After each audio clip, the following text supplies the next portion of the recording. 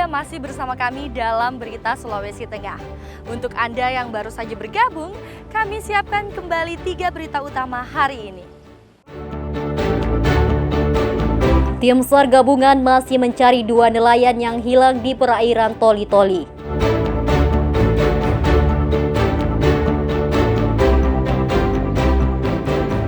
Kawasan pemakaman Talise menjadi kotor akibat pembuangan sampah sembarangan.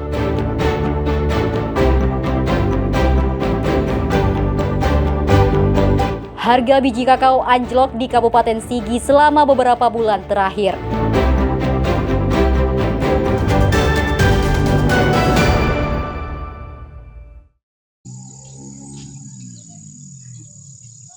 Setelah sempat meroket, harga komoditas kakao kini anjlok selama beberapa bulan terakhir.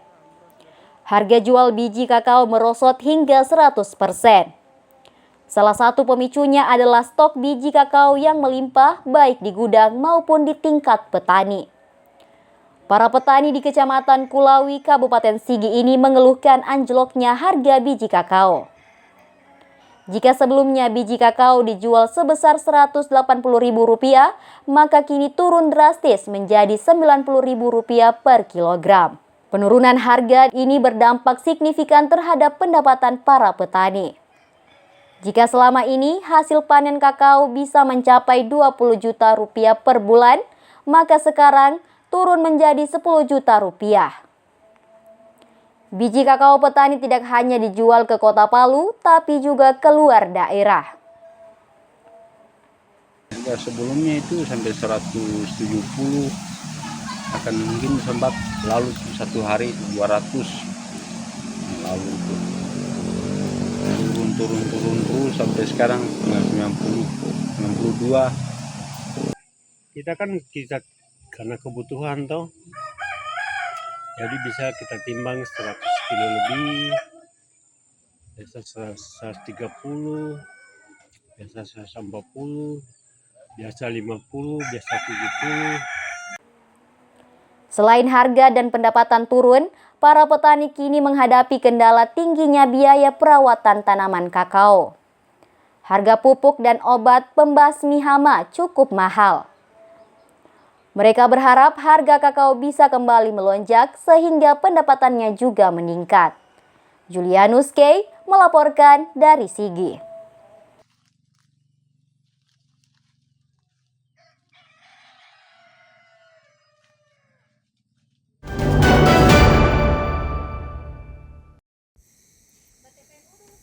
Sebuah jembatan penghubung antar desa di Kecamatan Banawa Tengah, Kabupaten Donggala rusak parah.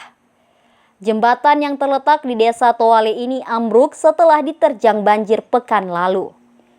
Akibatnya akses transportasi antar desa di wilayah tersebut terputus. Jembatan beton sepanjang 20 meter ini hanya bisa dilalui sepeda motor. Sebagian pengendara nekat menyeberang meski harus berhati-hati melintas agar tidak terperosok ke sungai.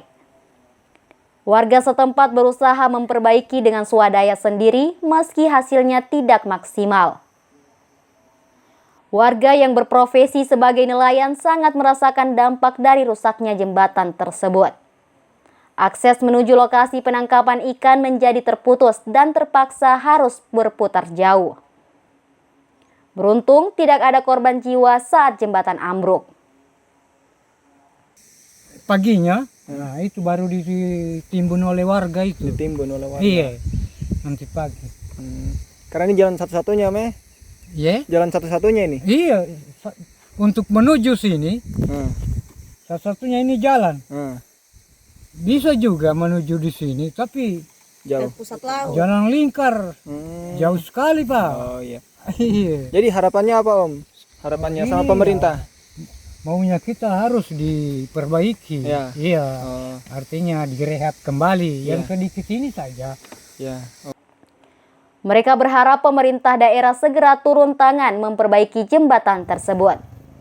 Apalagi sangat dibutuhkan oleh warga yang mayoritas bekerja sebagai nelayan.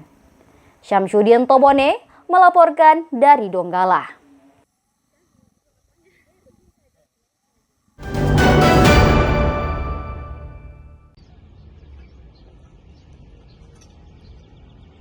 Cuaca di Kota Palu dan sekitarnya akhir-akhir ini kerap mendung dan berawan. Bukan tanpa sebab, Stasiun Meteorologi Mutiara Sis Al Jufri Palu menyebutkan hal tersebut disebabkan fenomena perubahan musim. Aktivitas gelombang ekuator di wilayah Sulawesi juga menjadi pemicu awan basah dan tingginya potensi hujan. Berdasarkan kalender musim, Indonesia secara umum memasuki musim kemarau mulai awal Juli ini. Periode pancaroba ini menjadi salah satu penyebab fenomena tersebut. Beberapa hari terakhir ini adanya aktivitas gelombang ekuator yang terjadi di atas wilayah Sulawesi secara umum, adanya Rossby ekuatorial dan adanya gelombang Kelvin, juga adanya daerah bertekanan rendah di sekitaran Sulawesi Tengah, Sulawesi Selatan. Adapun pantauan cuaca menunjukkan Kota Palu dan sekitarnya dalam 3 hari ke depan berpotensi hujan dengan intensitas ringan hingga sedang. Sementara hujan dengan intensitas sedang hingga lebat akan melanda beberapa wilayah seperti Kabupaten Buol, Toli-Toli, dan wilayah Banggai bersaudara. Syahrul Cahya melaporkan dari Palu.